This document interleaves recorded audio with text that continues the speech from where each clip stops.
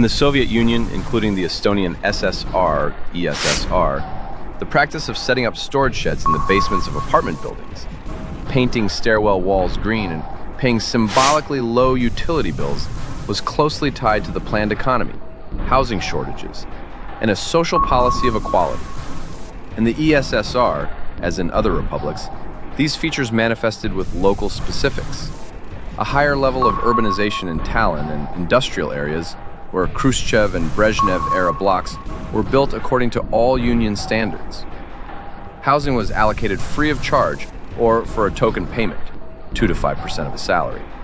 And utilities were subsidized by the state so that households spent no more than 4 to 8% of their income on them.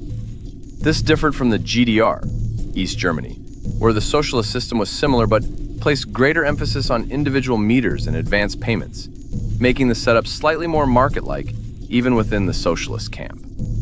Basements in apartment buildings, Khrushchev blocks and panel series, were often converted into sheds or storage rooms for residents because of an acute shortage of space in small apartments. The norm was 9 to 12 square meters per person. People stored preserves, potatoes, bicycles, skis, and seasonal items there, and in the ESSR, additionally fish and berries, thanks to the proximity of the sea and forests.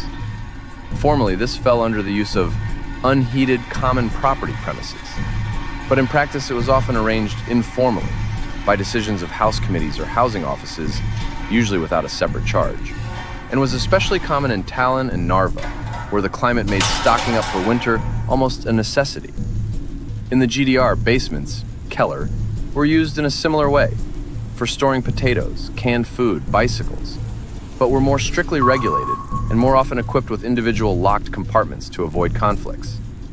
After the 1990s, many such spaces were privatized or demolished, unlike in the ESSR, where after 1991, basements turned into a contested form of common property among owners.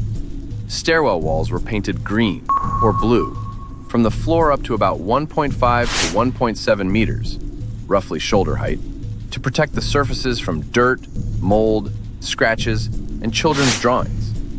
Green paint was cheap, concentrated, masked defects well, and often came from leftover military stocks from the Second World War, while the upper part of the walls was whitewashed with lime for hygiene and better lighting. In the ESSR, this was done almost universally in Tallinn's panel blocks of the 1960s to 1980s, where the damp maritime climate increased the risk of mold, so the green band served as a practical protective layer and became an unwritten standard for housing maintenance offices.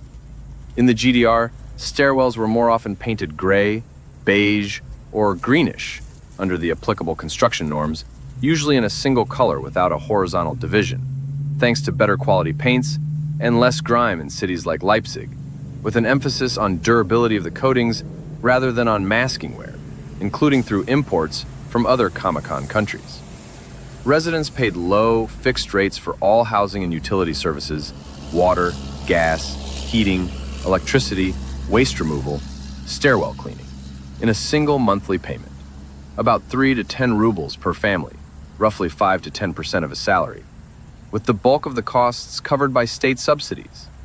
In the ESSR, tariffs were somewhat higher due to imported fuel, but remained symbolic.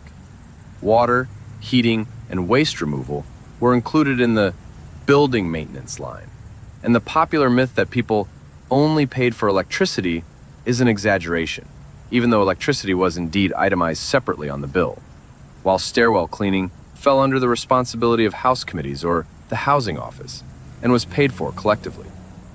In the GDR, the system was similar. Low subsidized ancillary charges, Nebenkosten, at around 10 to 15% of income, but with advance payments based on meters for water and heating, and annual reconciliation, which made it more transparent than in the USSR. Waste removal and cleaning were included in the building management, Hausverwaltung costs, and apportioned among residents. After reunification, utility tariffs increased by a factor of 5 to 10. Overall, the ESSR followed all union standards with local adaptations for climate and lifestyle, while the GDR was more efficient in tracking consumption. But in both systems, the social function of housing was placed above profit.